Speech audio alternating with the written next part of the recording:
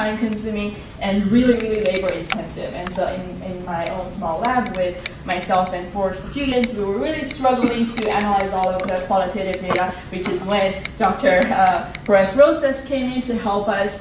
And so we were thinking, because of all the recent developments in computer science, including natural language processing, particularly large language modeling, there's got to be a way to automate at least part of this analysis, right? And in fact, that is not completely new. There have been other fields, such as healthcare, that have already used this method using either unsupervised natural language processing or large language modeling to analyze qualitative data. So in this project, we tried to kind of adopt what's been recently documented and adopt the method using LLM prompting for adolescent qualitative research. And we really wanted to specifically discuss the advantages and challenges in adopting this method in social sciences.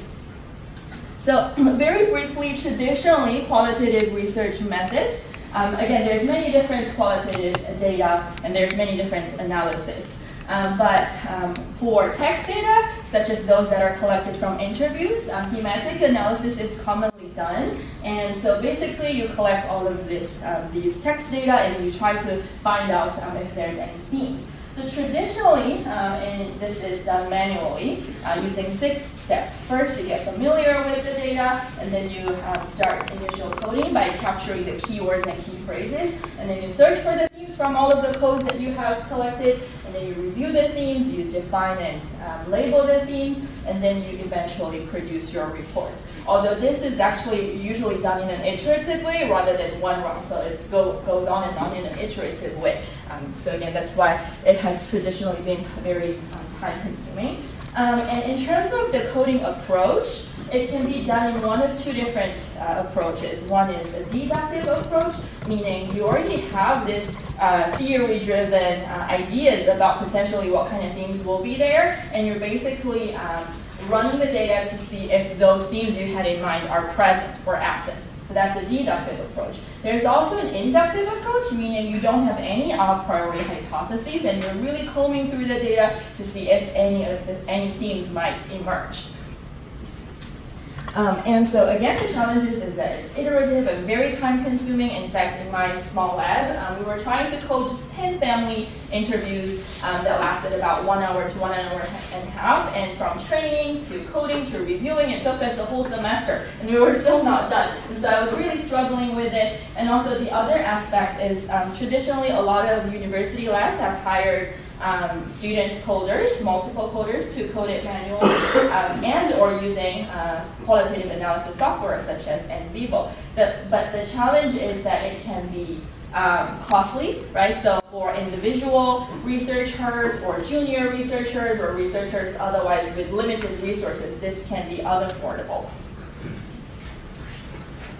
And so, and I learned this from Dr. Perez-Rosas, there's been research that has used unsupervised NLP methods. For example, there's a latent Dirichlet allocation topic modeling method, and to a social scientist myself, that is basically analogous to the traditional dimension reduction approaches in statistics, in social sciences, such as exploratory factor analysis.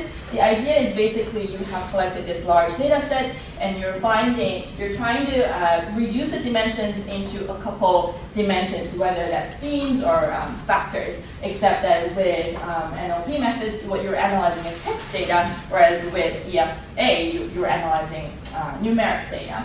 However, it requires programming, such as Python and R, which is technically inaccessible to, again, social scientists like myself. And in terms of the analytic output, it produces abstract word clusters, such as, this is one example from one study in healthcare. They were studying nurses who are caring for patients in substance abuse patients, and they came up with, after their analysis, they found these 10 words as their themes. That's patients, nursing, time, people, something, care, talk, substance, kind, and peer. So basically, it needs human interpretation to kind of group these words into one coherent idea. And the researchers concluded that this overall theme is providing patient-centered care to clients with substance abuse is layered and sensitive. So it requires kind of human interpretation. It's kind of abstract. And so in comparison to the unsupervised NLP method, the generative AI-based LLM prompting is advantageous to people like me because the prompting is done in natural languages, right? So that's very accessible to us, although as you probably all know, researchers must actively engage in each step of the analysis to reduce hallucination. And recent publications, again, most of them are in healthcare research, have used LLMs both for deductive and inductive approaches. And they have documented that using this method reduced the coding time up to 81%, but also the results were comparable in terms of the reliability to human coders. So that's very promising. So in the current study, again, we tried to test the feasibility of adopting this LLM-assisted thematic analysis in our own adolescent research field. And the data comes from 91 Chinese American adolescents, ages ranging from 11 to 17, and the data were collected between 2022 and 2024. And we asked the adolescents to participate in roughly 30-minute interviews. And we had bilingual interviewers interviewing them. Most of the adolescents selected to complete the interview in English, but there were also 2 adolescents who completed the entire interview in Chinese. And our focus was how adolescents make sense of social beliefs, social status, and social mobility.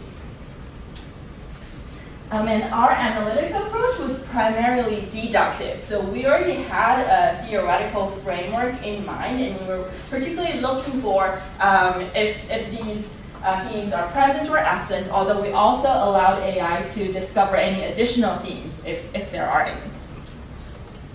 So the theoretical framework I mentioned is called the IM4 framework. It stands for internalization of the model minority myth measure. So basically it's the idea that there is this myth, which is widely believed in the society, that Asian Americans are model minority and that they are very successful, very hardworking, and they're trouble-free. And it particularly focuses on 2 dimensions. One is achievement orientation. Again, it's the belief, the myth, that Asian Americans are successful due to their hard work and perseverance. And the other dimension is unrestricted mobility, that Asian Americans are successful due to fair treatment and lack of barriers. And so we wanted to test from our interviews whether and to what extent adolescents endorsed or refuted these beliefs. That's our research question. So what we did is we provided this 10-letter rung to our adolescent participants. It's measuring the subjective social status. So we basically asked adolescents, for example, think about your family, right?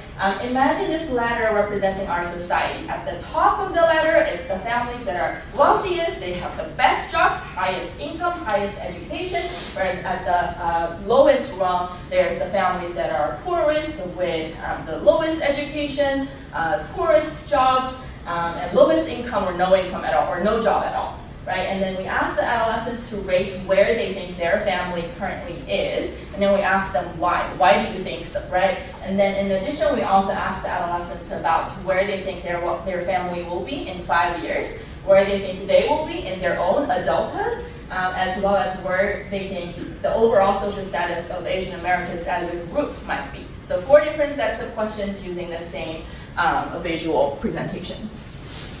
So in terms of the AI workflow, we prepared all the data manually. We conducted all of the interviews using Zoom, and Zoom automatically provided transcripts. So we used that Zoom-generated transcripts, and we manually reviewed all of the interview transcripts. We corrected manually all of the errors, and we also manually conducted all the de-identification to remove participant information from the transcripts. And we also systematically labeled all interview files. They were all organized in Word docs, and we labeled them such as A001, A002, a consistent labeling system for ease of later analysis. And in terms of the AI platform, we used ChatGPT EDU, which had a GPT-5 core.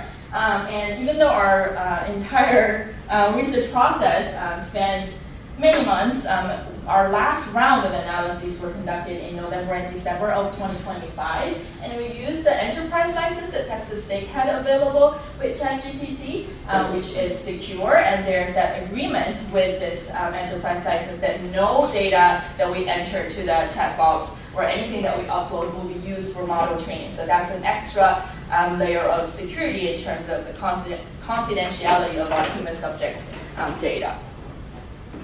So in terms of the process, consistent with what has been recently documented in these other fields, we conducted sequential prompting. So we first told AI about our overall research context. We taught AI what's our research goal, who's our research participants, to kind of provide the setting. And then we taught AI about our IM4 framework, particularly providing the definitions of achievement and mobility dimensions, what that can be defined as. And then we restricted transcript scope because each interview lasted 30 minutes and there were other questions asked as well, but we told AI to specifically focus on these first 4 questions along with the responses and end there. Do not analyze anything beyond that. That's what we told AI to do, and we used very strict instructions in terms of the coding, which I'm going to show in my next slide. And we also used batch processing, so we uploaded multiple files at a time instead of one at a time to again improve that efficiency. We tried 10 transcripts at a time, but it led AI to freeze. And so we, after trials and errors, we found out that 5 was a good balance. Run smoothly without freezing, but it's also more faster than 1 transcript at a time. And then we told AI to provide a thematic synthesis. So in our coding instruction, we told AI to specifically use explicit evidence only. Do not provide any inference, right? Don't infer anything just based on facts. Just pull exactly from what's said in the quotes. And whenever you see Chinese, translate that into English as needed. So we were actually particularly trying to test the ability of using this LLM prompting with raw adolescent interview data in the language that they responded in. So we purposefully did not provide the translated data in advance. So it was Chinese and English being analyzed at the same time. And again, we told AI to maintain analytic neutrality by not inferring anything and focusing on the facts only. And so basically, AI generated 3 outputs. The first one was an Excel file, and we gave very specific instructions in terms of what each column should be labeled as, what to put there. The first column being the ID number, which we told AI to pull from the file name because we named it systematically. And then the second column being the numerical ratings. So on the letter, is it a 5, is it a 6? That was the first column. And then the second column would be example codes that AI draws. And then we also asked for verbatim quotes so we can check the accuracy of that. And so we did that for the 4 sets of questions. And at the end, the last column would be IM for alignment labels. Was IM for achievement or mobility themes present or absent? And then we also asked for a thematic matrix. Basically, out of all the themes that are pulled, if you can list each participant in one row, can you say theme 1 present, theme 2 absent, like that? So providing this thematic matrix, and then finally generate a full analytic report. Okay, so I'll go by the remaining slides very quickly. So AI identified 10 themes across the interviews, which I show on the right. But basically the 4 core patterns is that 1, there was a broad endorsement of the adolescents of achievement orientation. So they did believe that their families and Asian Americans in general worked hard. And then number 2, there was actually frequent refutation of unrestricted mobility. The adolescents actually often cited things such as structural inequality as well as the barriers that their families faced economically, and refuted the idea of overall unrestricted mobility. And it's notable that some adolescents had mixed responses in that they both believed in meritocratic beliefs, but also had some structural inequality beliefs as well.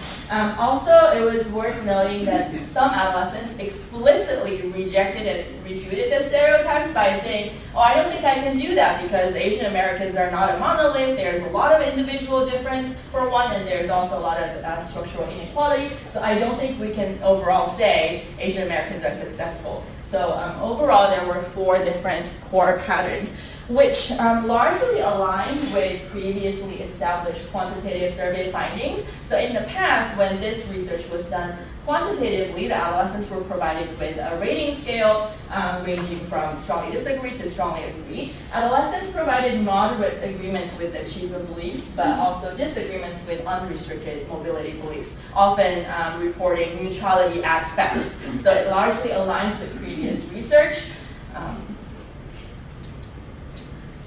So in terms of the advantages of generative AI, I was blown away by how fast it was being done, even though we did spend months trying to come up with the exact research question, trying to develop the prompts, and also fine-tuning the prompts, checking the accuracy, things like that. That took months, but the actual final round of analyses were done within hours.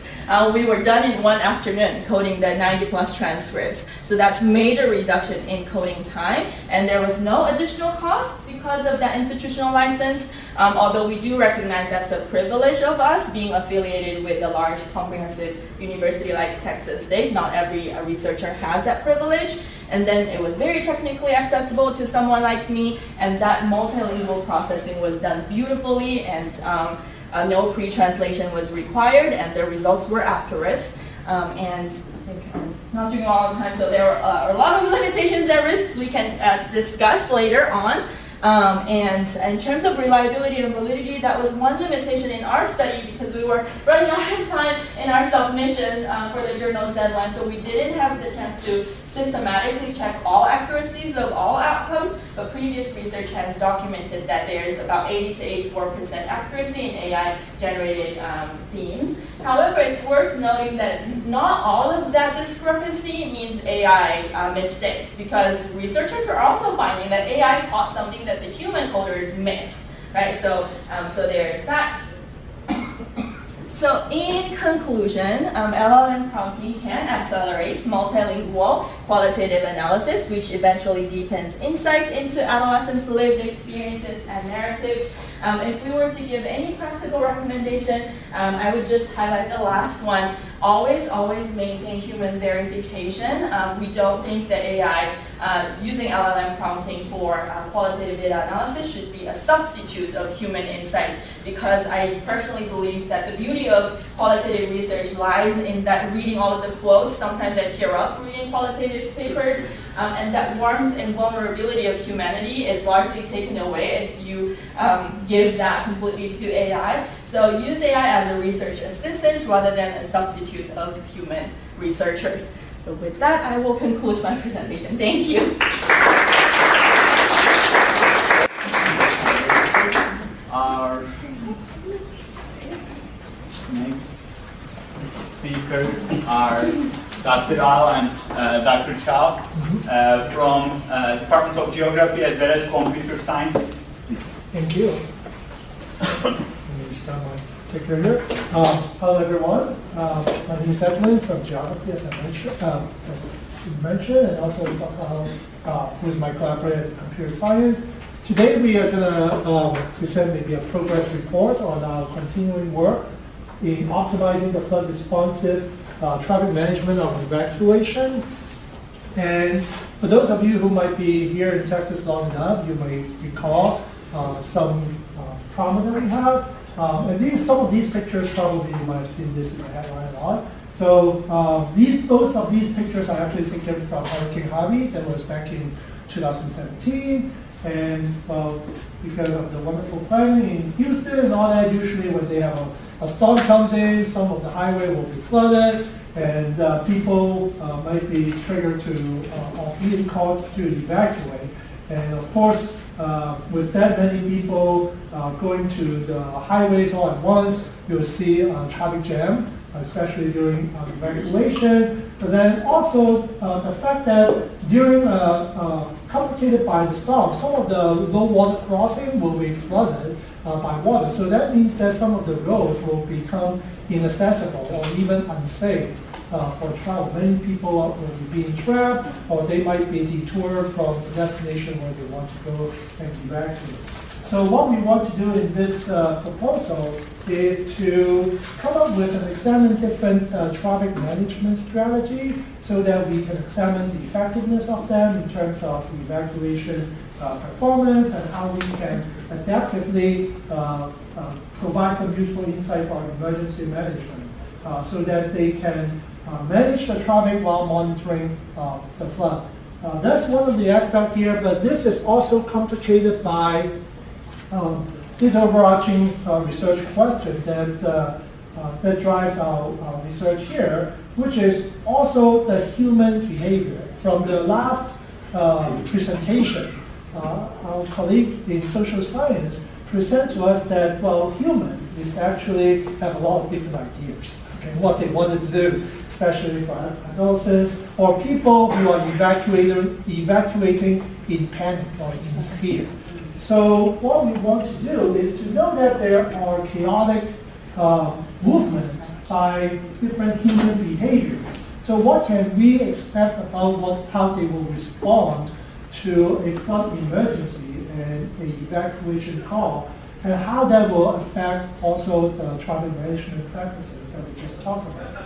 So leveraging with the work that we really want to collaborate with and take advantage of the latest machine learning models, AI, to integrate different parts of our study here. For one, we want to be able to monitor the flood impact on our road network.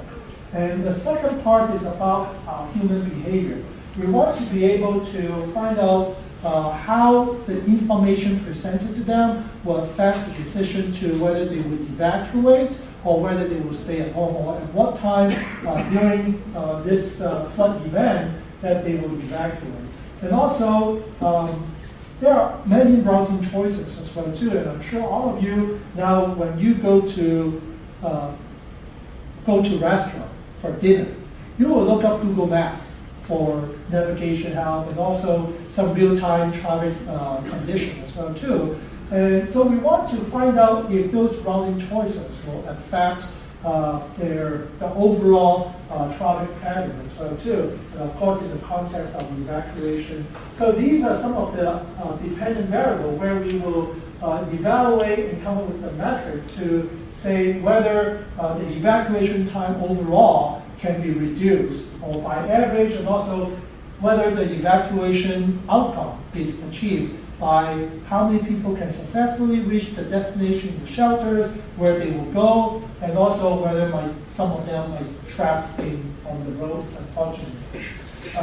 The last part, besides the flood impact, the human behavior, is also the management strategy, how we manage the traffic. So in the literature, there are some suggestions that emergency managers might be able to implement what they call contraflow, which is to allow some people to go in a different direction of that traffic. So let's say we have 4 lanes of road and we have a bi-directional two-lane traffic in each direction.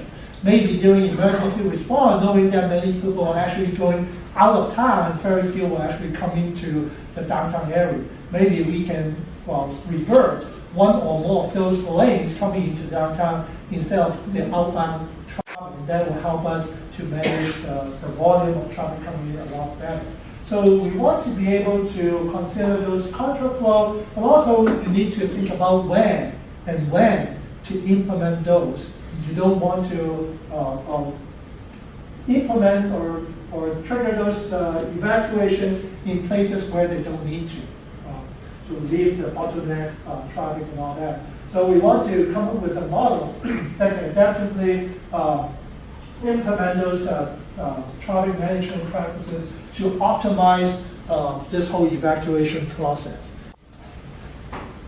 So what we're going to do is to do something called agent-based model, in which we simulate each individual vehicle or household to be an agent where we can give them some rules what to do. So we'll give them like when to evacuate, which destination or shelter should they decide, whether it's based on the nearest distance or the one that has the capacity to take them in, whether they will decide to not go to shelters but visit a hotel, or maybe some family and friends in town or further away. So we use an agent-based model, which is almost like a SimCity, if you will, that we simulate individual movement. And from this bottom-up approach, we try to find out where people will go and what kind of problem you may have in terms of the traffic. So this is an example of the agent-based model running in a Gamma platform that allows us to bring in the building layers, the road, and each of these tiny blue dots that you see here is an individual household that are going to one of these shelters here. As you may notice, some of these blue dots that are moving along the road, they follow a more organized pattern than you might expect in the real world. So what we wanted to do is to think about how the residents will perceive the information at that time of flooding. So they will evaluate what kind of risk do they have and what their neighbors are doing. If they are evacuating, maybe they also feel the urge to evacuate and so too, as opposed to staying. So after juggling all of these decision factors, we have a model that will decide, kind of like rolling a dice, whether they will decide to go or stay, and if they decide to go, what path should they take on, whether they will go with the familiar roads where they take out the kids or do grocery or go to work, or will they listen to the emergency warnings about where to stay and what will be the official route in terms of evacuation. Some of them, again, might rely on GPS to navigate, so maybe there are some randomness in terms of the wayfinding too. And of course, there are a lot of choices, as I mentioned earlier, where they may want to go. And we try to leverage these decisions based on some survey data that we hope to collaborate with the Texas Division of Emergency Management, which they surveyed the respondents during the last hurricane. So this is the model that we tried to implement. Oh, by the way, I'd like to give credit to my Dr. Worker, Famina, because she is really the workhorse behind some of this evacuation modeling. I'm just a clown taking credit shamelessly and presenting what I'm telling you. So we taking all these factors, load up the layers that we need in the model, try to put some randomness to randomize what their behavior might be like, and then we come up with the logistic model to evaluate the utility function that transform into a logistic probability distribution, whether they will leave or not. And if they do, we'll give them different time assignment when they will leave the house, not all at once, depending on hopefully some survey data. But also, throughout these simulations, we also pick different percentage of destination for them to visit.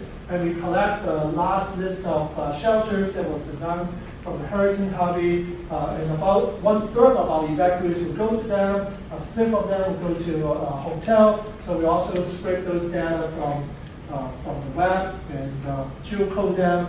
Some of them may decide to stay kind of internally within the bigger area with the friends and relatives, but some of them may just go, like all determined to go to San Antonio or somewhere inland, where they do not come back in a few days.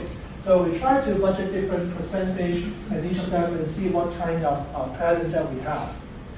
So there are different scenarios that we also try to juggle along the baseline with how the flood will affect the traffic and the traffic management I just talked about. So this is the model that we have, and we loaded all the households and the road layers in Harris County, trying to simulate what would happen in Hurricane Harvey, because we do have some empirical data that we can validate the model. And then these are some buttons that we can nudge to see how many of them can evacuate, So we will do a sensitivity analysis or maybe some multi-cloud simulations so we can see what would be the impact of some of these parameters will affect the model outcome. So far we are trying to simulate a little bit less than 500,000 households, those individual points that are trying to navigate through the maze with thousands of roads and some shelters. So it's going to take probably days or weeks to simulate that from our past experience. We're hoping to improve the efficiency of our model by making this a headless or maybe run it in a high-performance cluster and so forth. So that we need to fine-tune our base model first. I also want to report to you some other work that we have been doing. So, like I said before, we are trying to simulate what would happen during Hurricane Harvey. And one of the events that is in particular interesting is that they have released the water from the Alex Dam and the Derrick Dam here on the 29th back in 2017, and it flooded some of the neighborhoods downstream.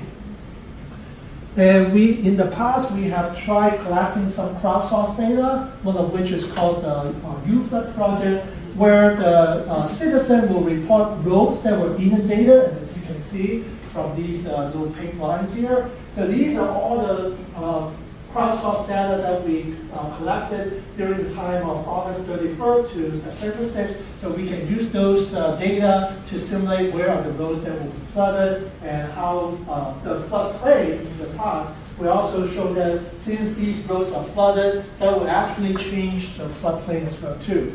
So those are some work that we have published in the past to see how the flood will affect road condition there.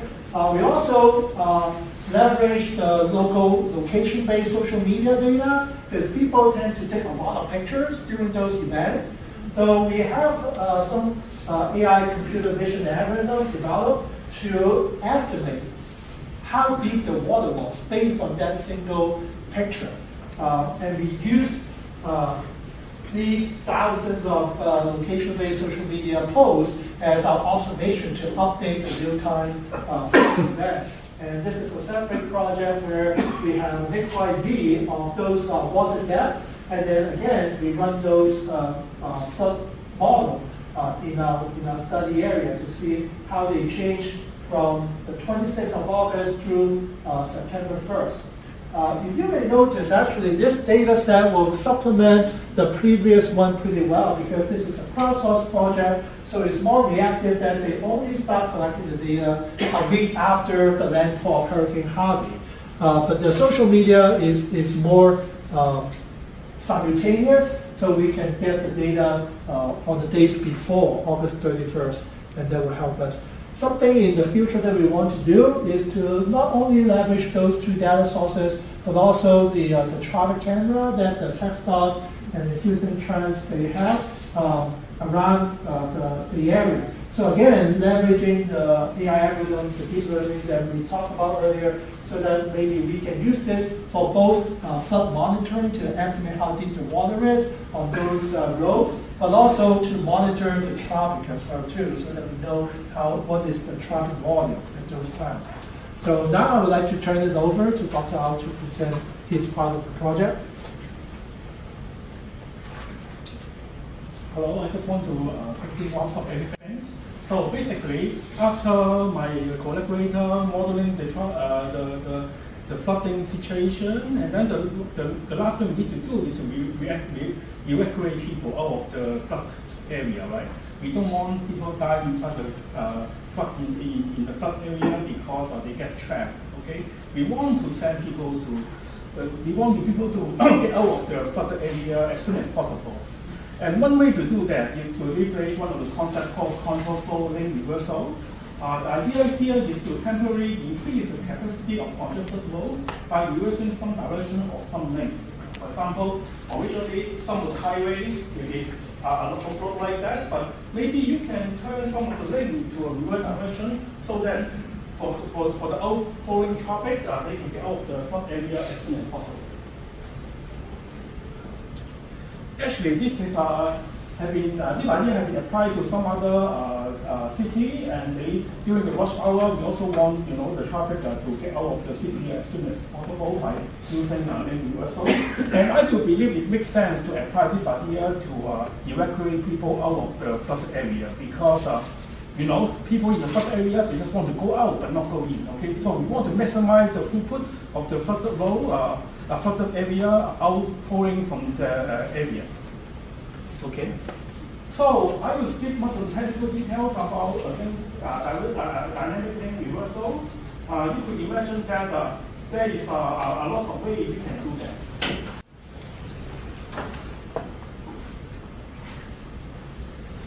Okay. So of course, let me do that. Okay. So basically, one way to do that is to based on the Gates paradox. Okay. So basically, we want to see whether if we block some of the road, whether we can increase traffic flow. There is an observation that is observed by some of the transportation engineering research. And by doing so, we have to be careful about where the road we want to block and whether how can we assign dynamic reversal travel to such. And obviously, in one of my previous projects, I have been doing research on that ideas and have been doing some experiments, trying to reverse some road directions, lane directions, and see whether the traffic flow can be increased. If we have some way to adapt the traffic flow, and by our experiment, we can increase the throughput of the intersection by around 6.5%. And of course, we have to solve the traffic flow problem. One way to model the problem is through multimodal flow, solving the multimodality flow problem, which is an anti-hub problem. But however, we also better to think about that every driver are self-interested, meaning that everyone wants to save their life, right? Inside the target area, they have to get out of the target area as soon as possible. Then instead of solving this maximum flow problem, we want to also try to maximize the user equilibrium. When every human are self-interested, they just want to get out of the target area as soon as possible. And of course, we do submit one proposal to test stop related to this project, but didn't get the funding. We are trying to write NSF fund proposal, and then we submit it ready. Okay, so in summary, in this project, we propose to develop a flooded responsive traffic management system for emergency evacuations. We want to utilize the prediction of the flooding area, flood modeling in the area, and by that information, we will try to apply technique like dynamic lane reversal to evacuate people. And there's a lot of future work you can do. One of the interesting future work, which is not mentioned in the slide, would be, can we send autonomous vehicle, to take the people out of the evacuated area, flooded area. Some of the people, they panic or whatever reason, the car didn't work very well. They need help, okay? And we don't want the flood area to flood them all, before close the escape route, before they can be safe. So we want to send autonomous vehicle inside that region, and then, of course, that mounting of the autonomous vehicle have to depend on the information we gather from the flood modeling that have been developed by my collaborator. Okay, that's it. Thank you very much. So our next presentation is joint work by Dr. Tong Tanjin, professor in Ingram School of Engineering, focusing on industrial engineering, and Dr. Emily Zurfeinman and their co-author Elizabeth Mane, who are focusing on deployment of EV fast chargers. This is joint work with Dr. Emily too, and he's actually also the business school student Elizabeth Merritt. Okay, and Dr. Emily is a UTI, and our goal is to try to define the best pricing for the charging station, and as well as how many chargers should be installed in a particular parking lot. The objective is to maximize the profit because the project is leading by the business schools. Okay. And before the project, I would like to show you a very positive pictures. Okay. So U.S. actually is also moving toward the transportation electrification. Okay? So there are two types of technology now available in the market. One is pure battery power, The other one is called hybrid. But here, we are particularly focused on plug-in hybrid electrical. Because the hybrid vehicle, you probably see is there's no plug-in. So basically, very small battery, like 1 kilowatt hour, it regenerates power while you drive in the urban area. But here, you can plug in and charge in the night and drive just like battery electric vehicles. So that's the difference between plug-in hybrid electric vehicle versus the so-called hybrid vehicles available in the field. So we're very positive on the growth, okay, regardless of the gas station also growing as well. Okay. So there are 3 levels of charging technologies currently in the United States as well as in the world. In fact, the United States have 4 levels. I will mention later on. Okay. If you buy an electric vehicle at home, yeah, you can charge home overnight. Otherwise, if you like install chargers in the working state office places or like a shopping malls, that's a typical charging power you can get. The power is typically around like 20 kilowatts. Otherwise, if you drive on highways, you can charge very fast. Typically, 50 kilowatts to 150 kilowatts. I'll give you just an example. Like for example, if you drive Tesla Model Y or X, if the battery size is 100 kilowatt hours, if you use this level 3 DC fast charger, you can, in theory, you can fully charge in 1 hour. Because that's a power, is more than the capacity. Okay?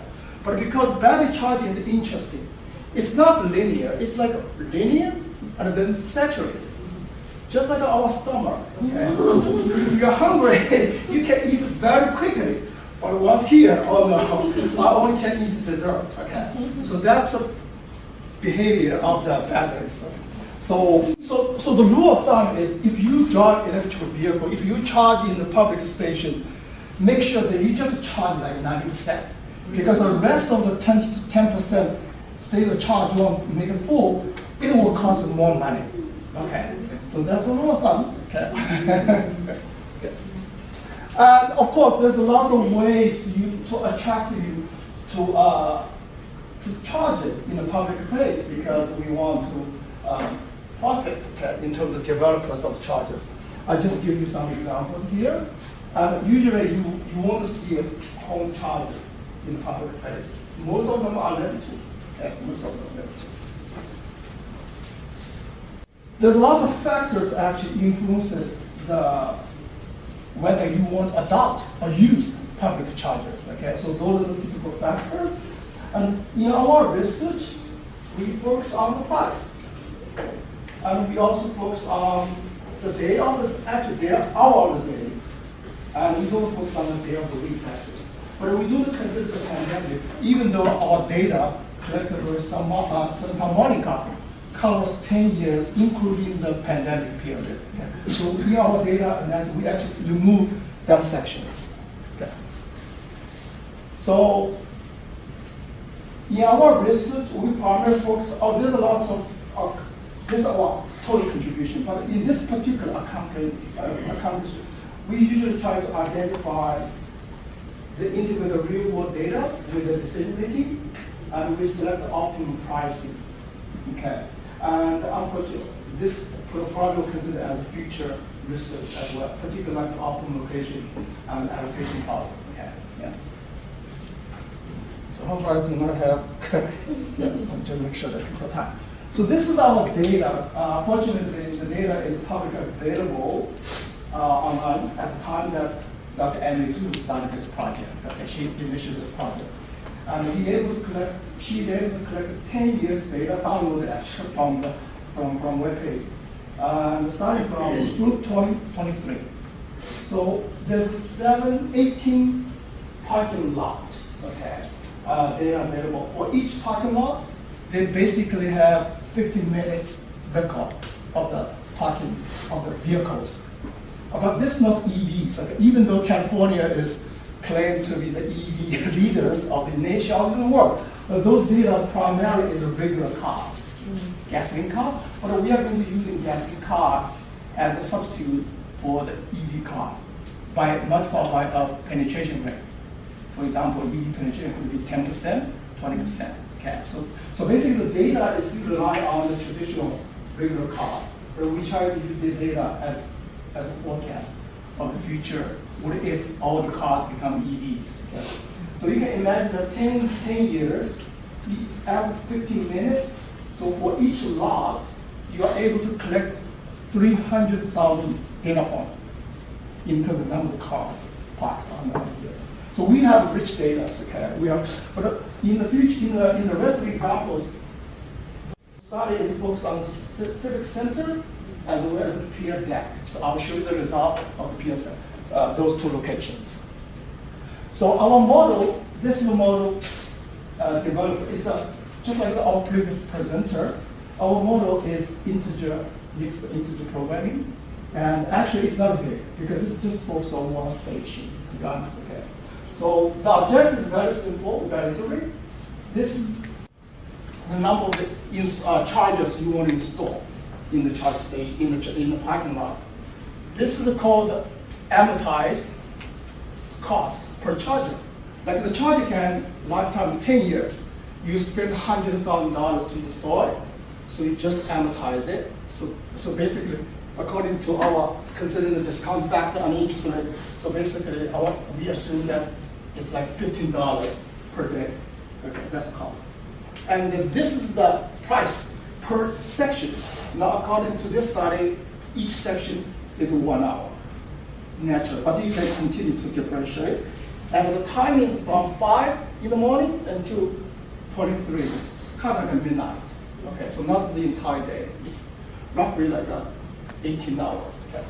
So basically, the model is very small. The total pricing multiply how many charges demand you are going to accommodate. That's the total revenue minus this is the number of chargers you are going to install, and each charger will be $13.07. Yeah, considering the discount factors. Yeah. So it's very straightforward model. Okay. So again, we have some constraint as well. The first constraint is the demand. Okay. So we are interested in is the demand, which is a charging section, will be dependent upon the price. But this is the reference price, this is our actual price. So basically, we adding some flexibility. It's called elasticity of the price. So see what if, so imagine that if the price is equal to reference price, so we anticipate a base demand rate per hour. Otherwise, if the price is lower, you can imagine that the demand will be higher, the charge demand. Otherwise, the demand will be low. So that's the way we model the uncertainty of the demand, okay, because we don't know the demand in the future. We also minimize, have to, sorry for this, but the capacity, because that's a total capacity. Capacity means the chargers installed. And this is the maximum demand. So the demand cannot exceed the capacity. Okay. So capacity is also charged. Now, the students is able to solve this problem. Again, I said it's a small problem afterward. Using 3 methods. The first method is just like iterations. It's called the grid search, which is a very good name, but actually iteration. So you just increase price by a small step. You also increase the charge number, charges, and it's integers. So it's a combination. For example, if you want to differentiate the price by 100, if you assuming that the possible number of installed charger is also 100. So the total search space is 100 times 100 is 100 is 10,000. Yeah, it's 10,000. So what's the problem for this grid search? This method cannot apply to a network of the charger because the problem will be NP hard, as our some presenter also mentioned. NP hard means the decision variable, as the decision increases, the search time grows exponentially. Okay. So she also implemented Ruby search as well as optimal. Those are actual commercial software. This is commercial software. It works well. And this is also the student actually relaxing the n. N is the integer, so relax n as a continuous variable. So he can take a derivative and using the descent method to solve it. Okay. So I'll show you the result. Okay. So fortunately, the grid search and the optimal optical CL, their solutions are very consistent. You see, this is the actual solution, but the Ruby overestimate the profit. Okay, so it's but this is for the civic center garage, but for the deck garage, the Ruby is a little bit overestimate the profit compared with others. Okay, but we don't believe those analytical solutions, so the students also implement the simulations. So how to simulate? It's like it's not really an agent simulation. We use a discrete event simulation.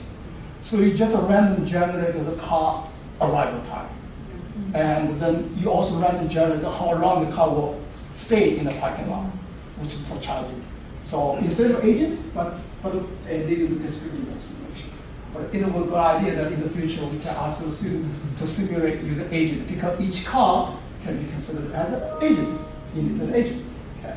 Yeah, so that's a good idea. I learned from today's presentation.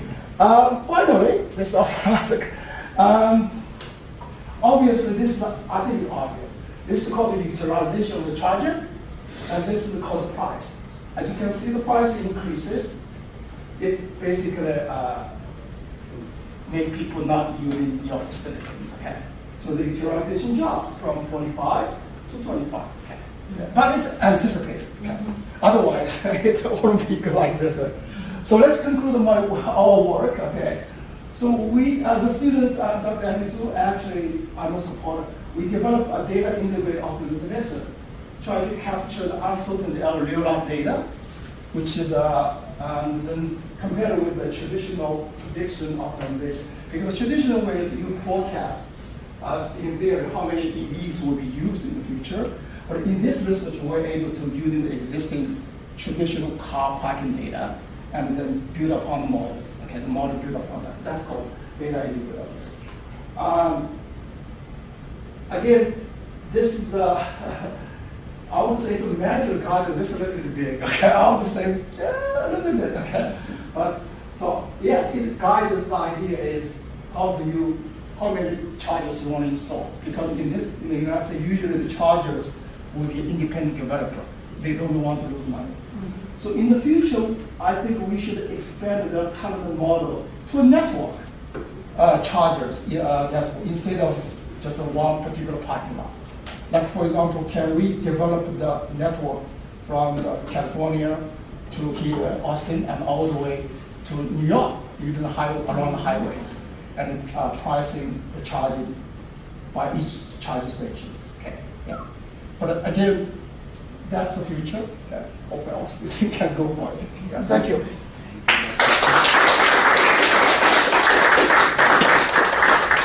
Yeah. Please, Dr. Feng. Yeah. So our next presentation connects computer science and biological sciences. So Dr. Milene Farias from computer science is going to present it with co-authors from Dr. Tesic from CS, as well as Chow and Dr. Sarah Fritts from biology.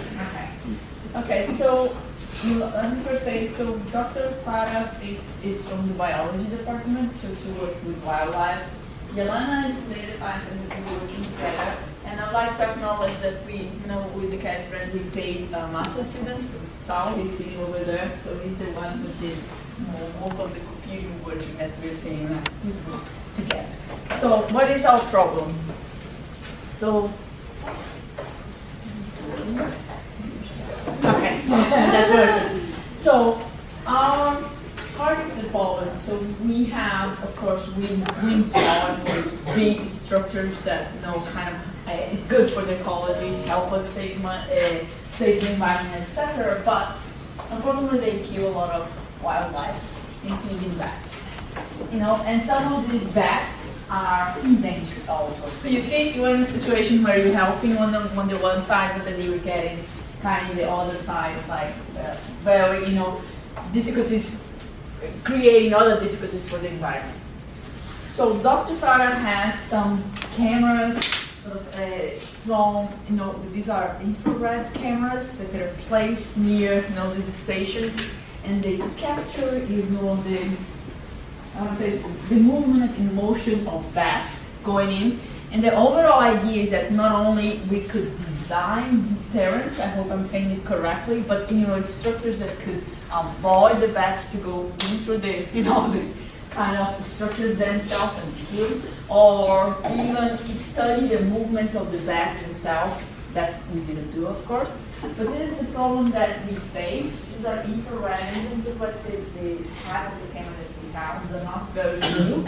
These are infrared thermal cameras, I'm sorry, and they are not high def, so they're more standard definition, 480 lines and 300 frames seconds. And you can see that the quality is not fast.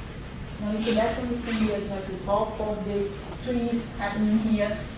Bats are active in night, so this also doesn't help, because then to capture these cameras we get a lot of challenge. I put a couple of videos here for you just to see what kind of things that we're getting. And one of the challenges that we face when Chow started working with this is the huge amount of data that we have, how many frames per second, etc. The tiny little small sizes. This is my next slide. The tiny little size in comparison of the bats. The motion themselves, all the things happening, and the low movement. So for us, besides this, I would say besides the computer vision problem of dealing with these challenging small detections of small animals in a dark environment, of motion that could be anything, we had to deal with this very large amount of data, which were hours and hours of videos that we had to go through.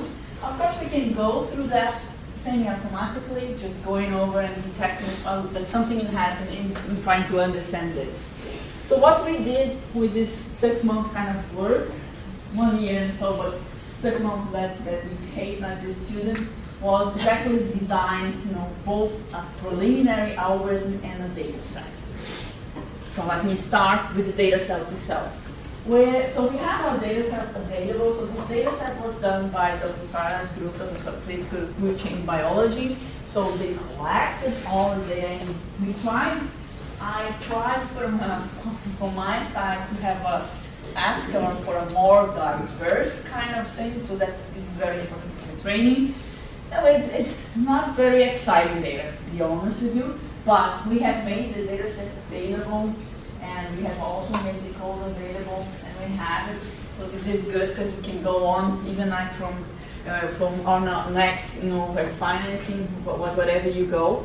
But to create this data set is more than just collecting the specific. Let me go. The specific is more than just collecting videos. When the videos were collected, like I said, low light videos and everything. So there were like a total of 20 videos of 5 hours or so, each one of them. We had a down sampling of, which means like every 10 frame I would get one with a down sampling of the frames so that we could even manage this amount of data. We had a detection of where parts of the video is automatic, semi-automatic, I would say, Chow and automatic detection of of the instances where we had that, and these were later marked also and confirmed. And then we prepared everything for the AI algorithm, which is like separated in training and validation. And we also generated like high resolution, high temporal, kind of fast videos, so that you could watch it really fast and check what was happening with the marks and everything else. So this was the data set that we generated. Again, here are some of the examples of scenes that we have, depending on where the camera is. And you can see here some of the detections, and the small size of the animals, and in comparison to the scene and the difficulties, that we had like finding out them and determining this. So how did we approach this? Okay, so our approach was based on, so our first approach and first thought is like, let's try one of those very foundational kind of models, like YOLO kind of application. So let's try this and see how it goes. So this wasn't very, well, it was more or less, because there isn't really, the YOLO and some of the object detection are of course, target to specific training that is available online or specific data sets that exist. Well, this is not the case for this kind of data. So we did try, we incorporated the YOLO, but then you see here what that we have pre-processing before what we use the YOLO, so that we can have a better performance.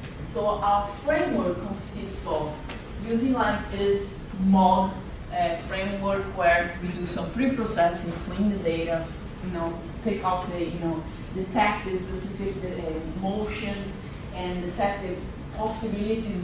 We don't detect, of course, the bats at this moment, but we prepare it for send out to YOLO. We do some filtering additionally, get candidates framed, so not all candidates are sent to YOLO, and then we send it to the YOLO detection algorithm, then that gets classified as having, the bats or not having bats, the areas.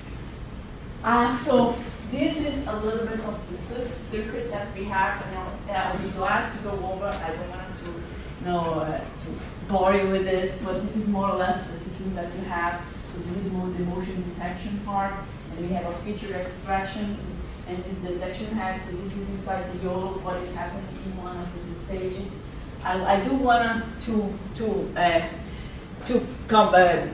point out a little bit more that YOLO is an algorithm that's already not that new, so almost 15 years.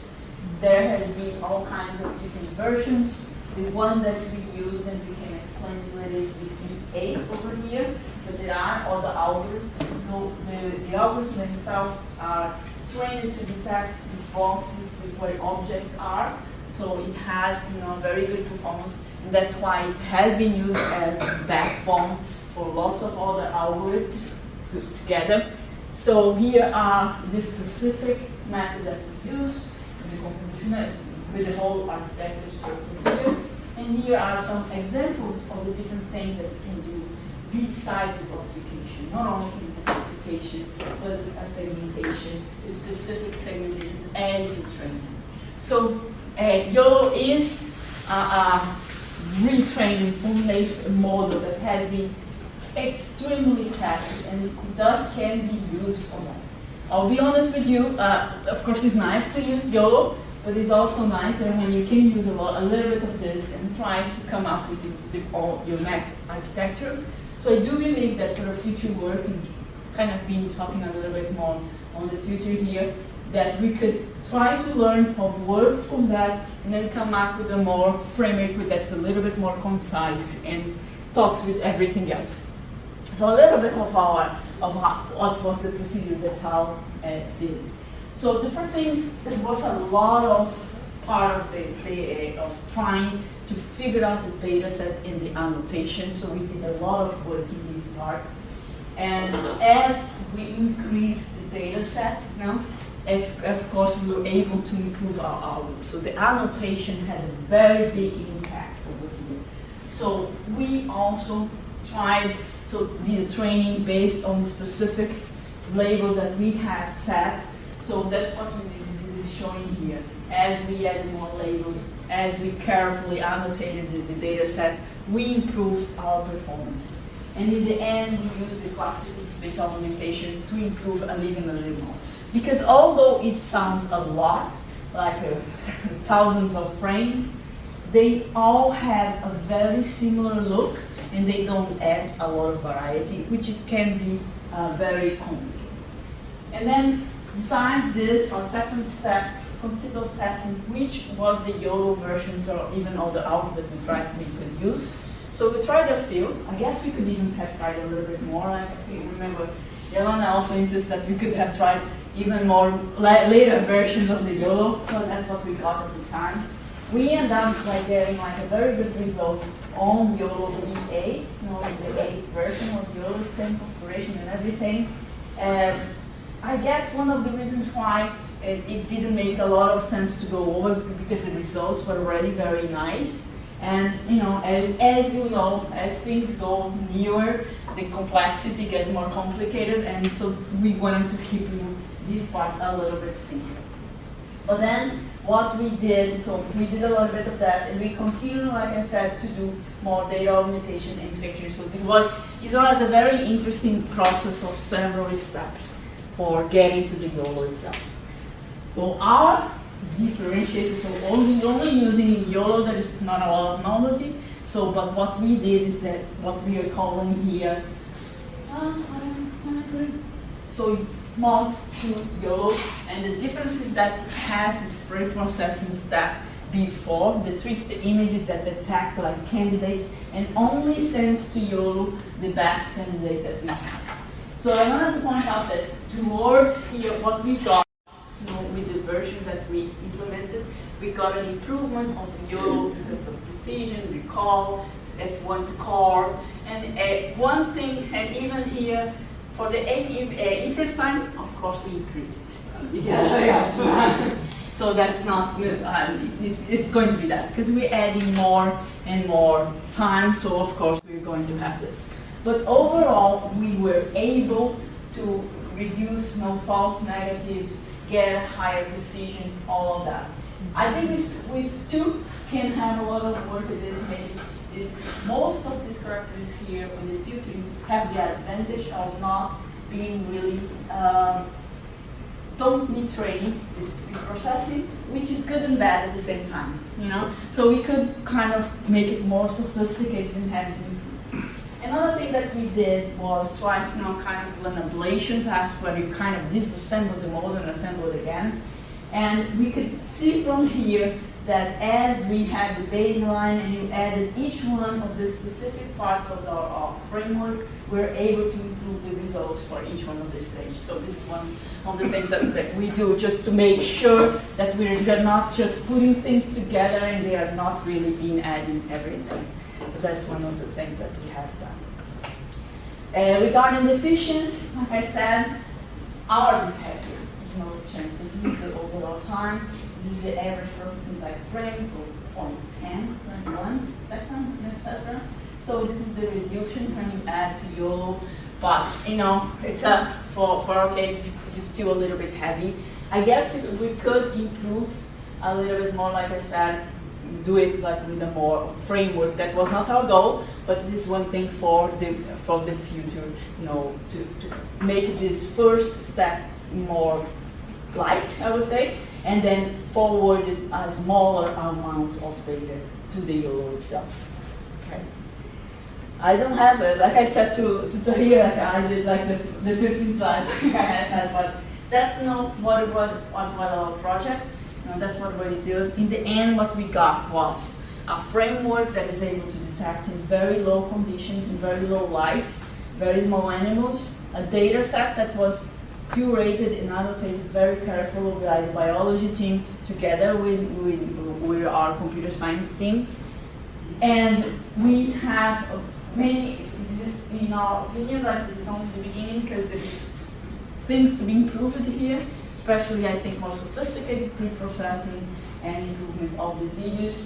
We would like to see how this improves if we use better cameras, right? So if we had better cameras, what would they look like?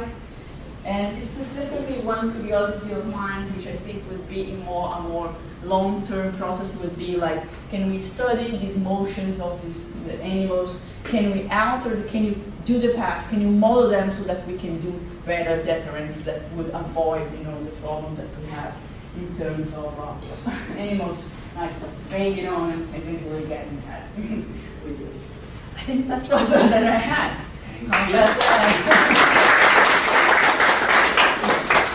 Dr. Farias.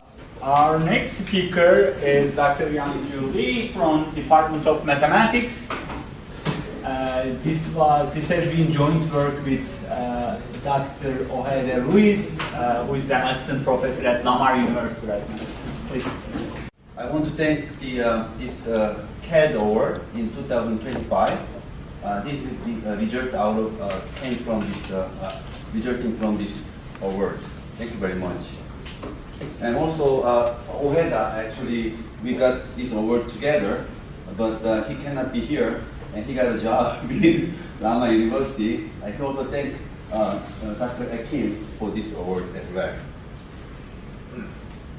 So today I will give you some couple of introduction and image segmentation algorithm and improvement we made, and then we provide a couple of the numerical result and conclusion.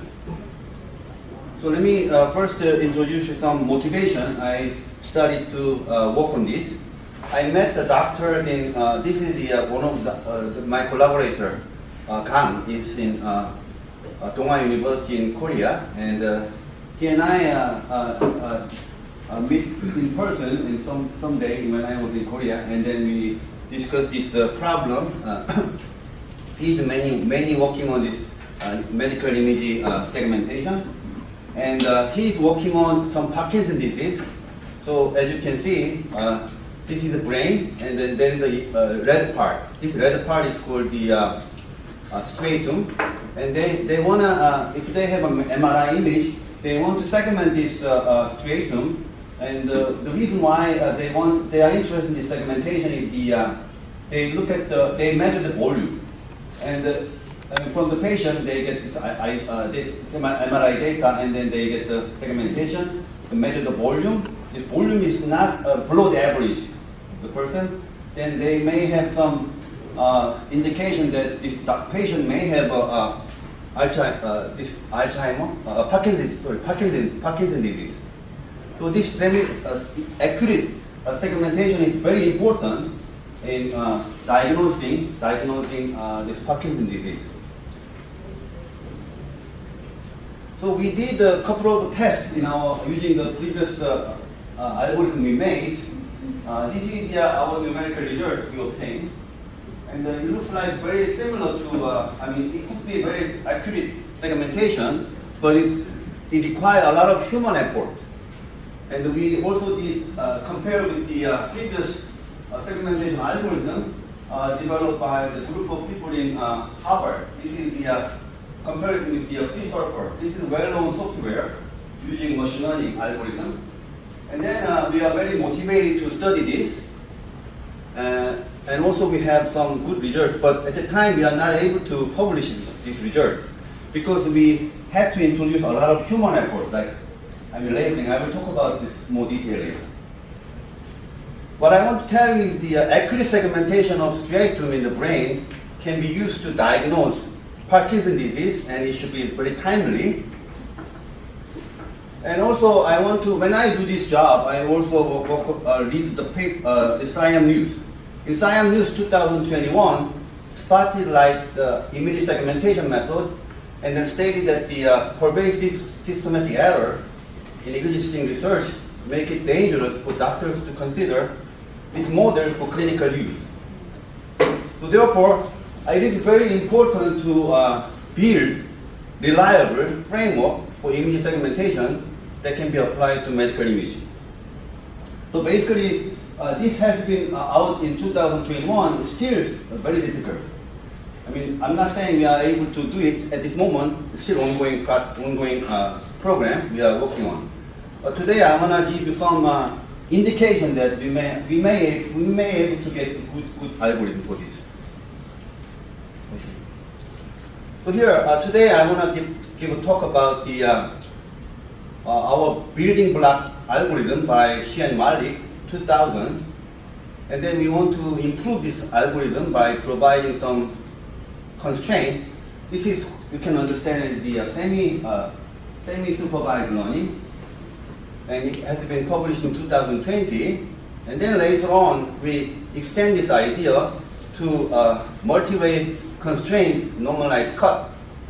And we want to show some identification of our algorithm with the well-known algebraic multi-lead method. Algebraic multi-lead method is completely different algorithm, but this we identify our algorithm of segmentation and the other algorithm developed for solving some linear system.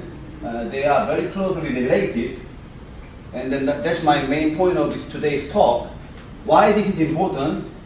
Algebraic multi-lead method is very popular and very well developed in many linear algebra community.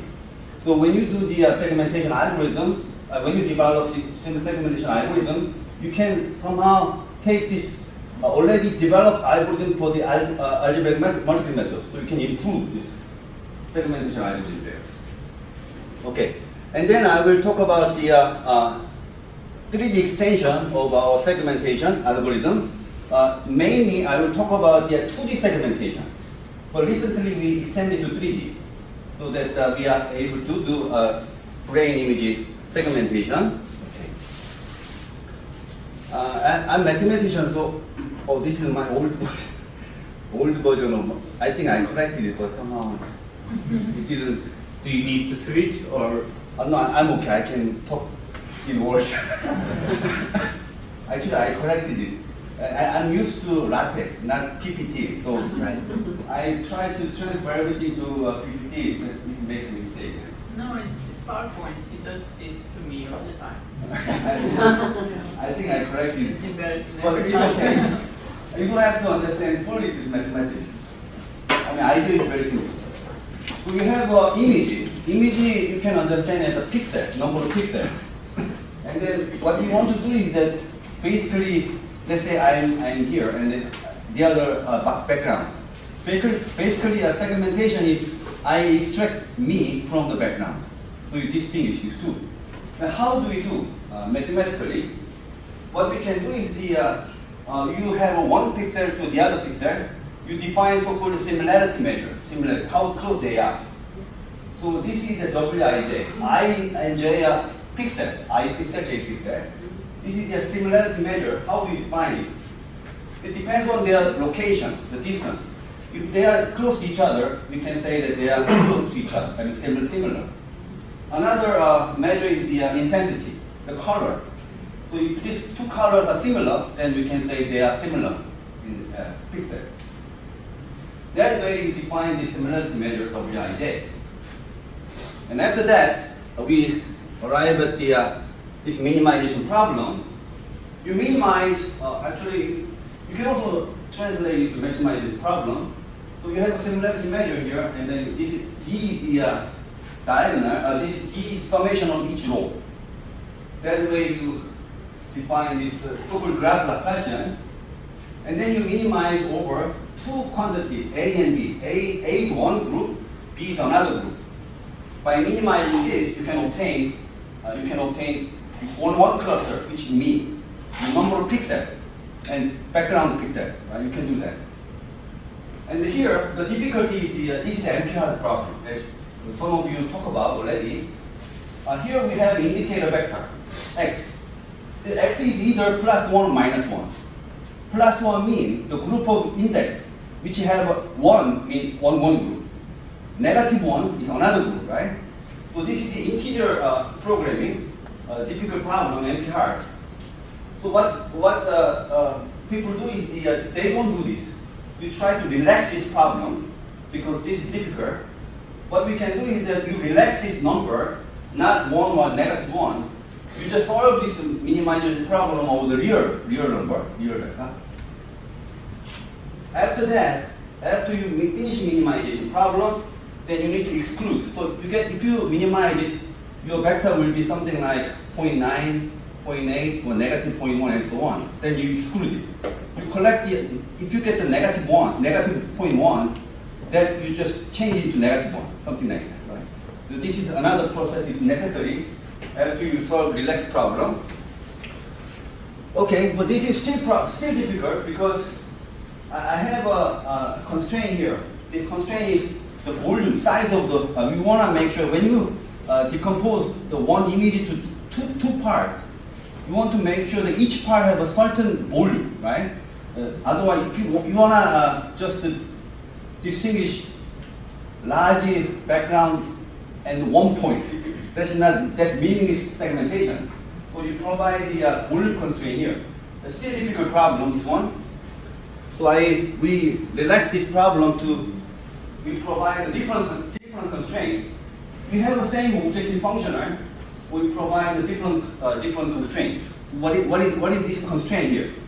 I provide the, I define my vector to be one, I choose one point, this is for anchor point. Use one point here, and then I just assign 1. You choose 1 from the background, and you assign -1.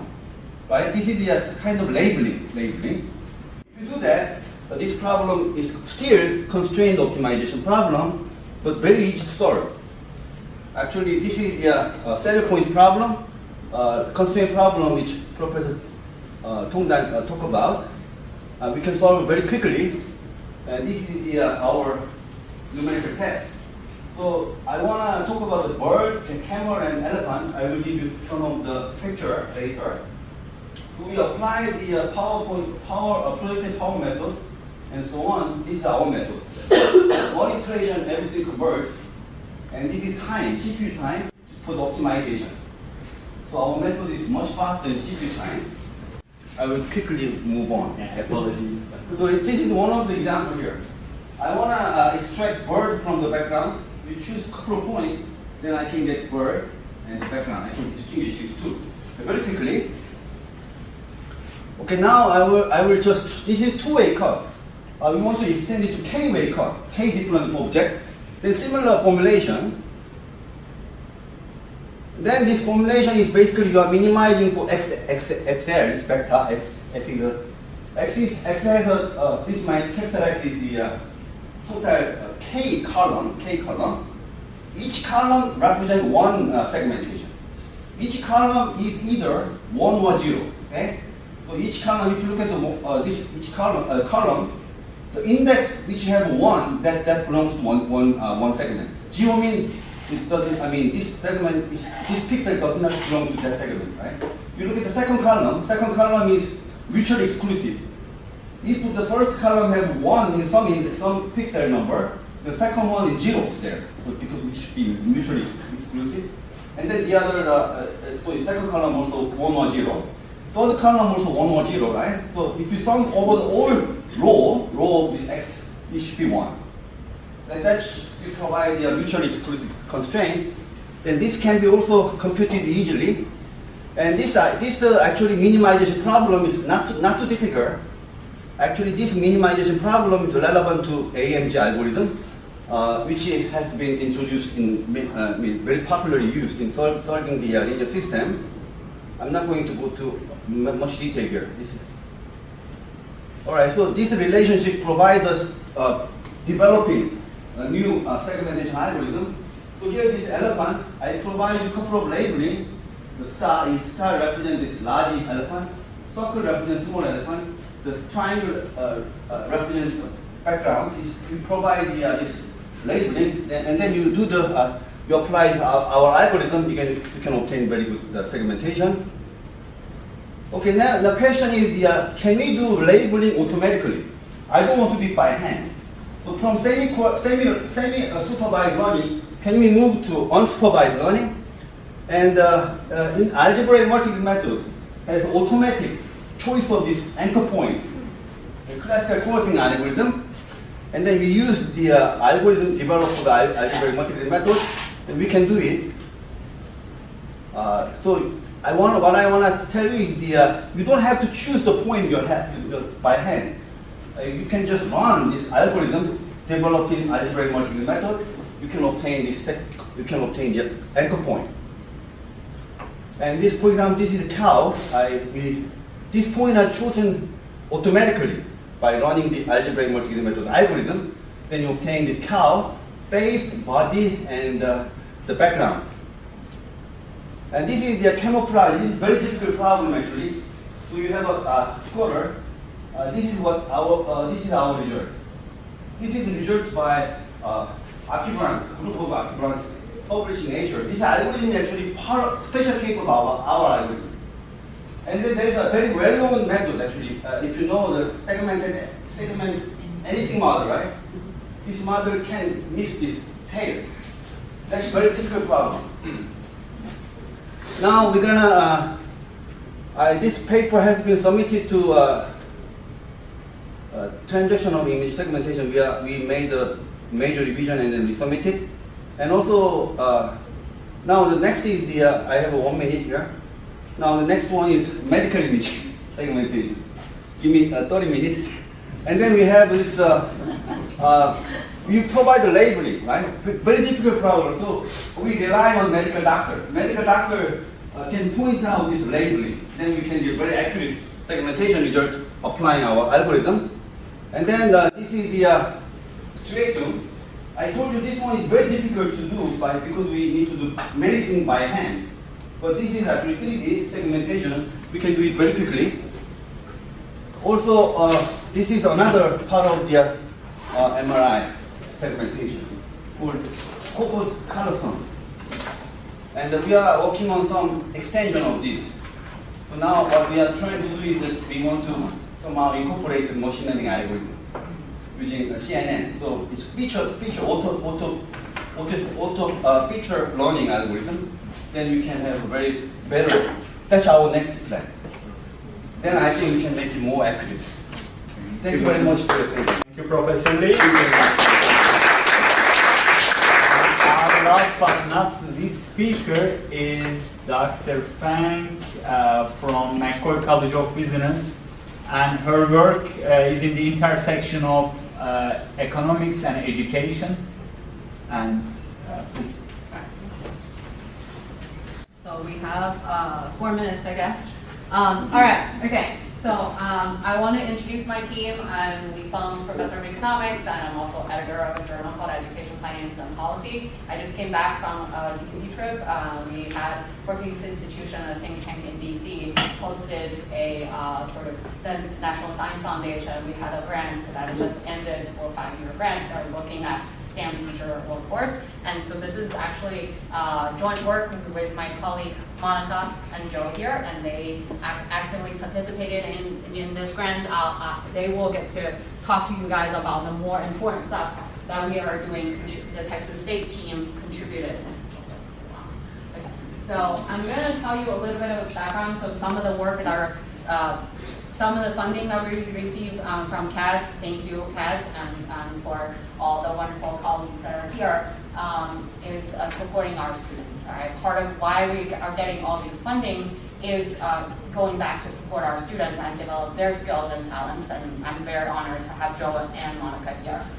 So the SPARC Center is a special educator workforce. It's a research collaborative. It's looking at 7 states, a longitudinal data set. If you don't know, Institute of Education Sciences, which is a research arm of U.S. Department of Education, had long been collecting education data, right? So Texas has been collecting its own state longitudinal data set should any of you be interested in looking at either education, long-term education outcome, or if you're interested in looking at STEM workforce outcome, the data set is perfect for that. Okay, so all the 7 states are included here have their own longitudinal data set. This is why we're able to do the work that we're working here. Go to the next slide. I probably won't be talking about too much about the year 1 finding, but what I'll do is I'll turn the attention to Monica and Joe, let them tell you the work that my lab, I have a research lab called Education Policy Lab. What we are dedicated to do is to make sure the general public and also the policymakers can understand sort of there is a pipeline, there is an educator to students and student to, from K through 12 students all the way to higher education, to workforce. So these are all connected pieces, but we use our understanding of the world, and also we use our understanding of the data to make better informed decisions for people. So the SPARC Center focuses on 4 big components. One is a composition that's asking who are the special education teachers and looking at the distribution. And the second set of broader research questions we ask, where are these teachers located? Okay, what kind of school? Are they teaching in a high poverty school? Are they teaching in minority concentrated schools? And then we also ask the stability question. We're asking, are they turning over at these schools? Why are they turning over? And then the last question we ask is, are they effective at what they're doing? Okay, move on. There's some research questions. We can skip this. I think we can skip a lot of this. So I talked about the data message. We can go to the next one. Okay, we can skip all of these things. Yeah. Okay, keep going. Okay, I'll talk a little bit about the 3 policy facing data dashboards. and some of this work is supported by CADS. I wanted to really highlight this because this is important. This is in addition to publishing research papers at these journals and presenting at national think tank organized conferences, it's even more important for general public to have appreciation of the data that we're working with. So we have 3 different data dashboards. The first one is focusing on state level type of comparisons. We compare Washington State's special education teacher workforce with what's happening in Texas. And the second one is the school district dashboard that's focusing on, we're comparing all the school districts within Texas. And the last one is the sort of the teacher preparation program level type of dashboard. And this is using some publicly available data, Title II data.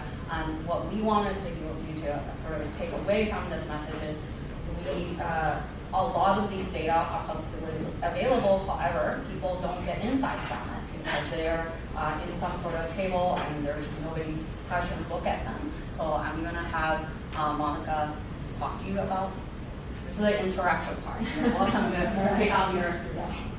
The results from the study across all these 7 states are massive, and one way to publish and make these results available to policymakers, researchers, and public in general is through the creation of the data dashboard that can show visually the results for a different analysis about the composition, distribution, and stability. Stability refers to attrition of teachers, special education teachers is the focus of this study. You can scan the QR to find out all the results of this study across the 7 states. We have here an example of one of the findings about the attrition of teachers, special education teachers leaving teaching in different different school settings. Depending on the program that is called free reduced lunch, schools where families' income are high, low, and medium are classified. For example, schools with low income families are in the high need setting, which is in high, middle, and low need. We might see, for example, just to pick one of these states, Virginia has difference between the school in low, middle, and high needs across in comparison, has more different comparison with other states. You can see Texas is more stable across all the high school needs, low, middle, and low.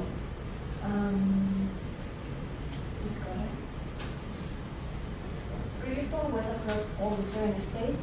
This dashboard is Texas focused on, and it's focused on the district and how much special education teachers we have in the district, how are the trends across time, which districts have more special education teachers, and we find interesting variation across different years, different districts in Texas. The amount of special education teachers percentage is very low compared with the total of teachers in schools. So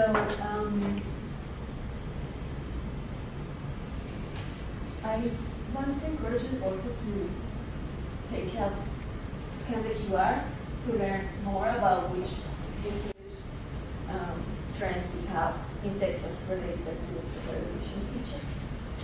So now I'm going to give the floor to Joe. Hi. So this dashboard that I made was sort of a first go at looking at this information I had. Like she said, it's all publicly available information, but nobody does anything with it. So I thought, hey, let's just download it, throw it in a spreadsheet, and see what it looks like. And I did. So this is this graph. This is Texas selected, which is if you go to the QR code, you can look at this sheet, see the source sheet, where you see how people become teachers. The dark lines here are people who complete their programs, and the light lines here are people who do not complete their programs. And there's three ways to have a program. Okay, so you can have a traditional program as a teacher where you go to university and you do your student teaching and you get your degree. Texas offers two alternative programs as well. One is based with institutes of higher education, like Texas State, and another is not based with institutes of higher education. These are like for-profit organizations that train teachers. Texas is an outlier with this. Where now in Texas, over half of all new teachers come from these online programs. Okay, so just a first glance at this, you can see the line for the people who joined these online programs but have not completed them goes straight up here, and is this massive segment. Which, upon further research, we found out, well, there's an online program you can sign up for free. So people sign up for free, and it inflates the data, it makes it more difficult to use. So I made this dashboard for the team, and you can look at all 50 states, you can look at different years, see the different outliers. It's really interesting to compare states that have these online programs with states that don't. And luckily for our SPARC project, we have both types of states. This is a different dashboard that looks at Title II data. Title II data, like we said, was put together by the government. It's published every year and infrequently looked at. Here we have three different ways to count new teachers. They can count new teachers by their major, by their subject, or by their area. They're all different. They're not the same. The thing with major is it only counts people who have graduated from university. And I just showed you on the other graph, the majority of new teachers don't even graduate with a degree in teaching. So we could do by area. Area counts area of certification, which is a useful metric here because now we can see, okay, when they took their teacher certification test, what did they actually get their certification, which is reported by these online programs. So this is a similar dashboard where we have our 7 SPARC states, and we can analyze this and determine which is the data we want to use moving forward. Yeah, thanks. I do want to say this is really important. What we're doing is we're developing the data pipeline, right? Essentially, where the Texas State team is developing, cleaning the data for Title II. Once this is done, we'll start our Year 2 project, and then everyone know the funding situation. So every year, we're even though it's a $5 million grant for 5 years, but every year it's you face so much uncertainty. You don't know if the next year's funding is coming or not. Hopefully, it will come. But thank you all so much for sticking around and listening to our presentation. We really appreciate you. Thank you, Dr. Feng, Monica Jo.